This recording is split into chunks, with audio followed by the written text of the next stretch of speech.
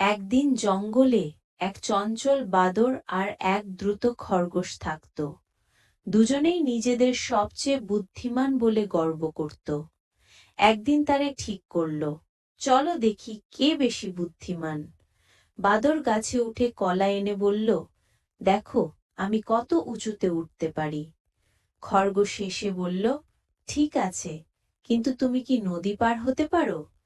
দুজনে নদীর ধারে গেল। বাদর ভয়ে বলল, আমার সাঁতার জানা নেই। খরগোশ বলল, চিন্তা করো না, আমি তোমাকে সাহায্য করব। সে কাঠের ভেলা বানিয়ে দিল। দুজন মিলে নদী পার হলো।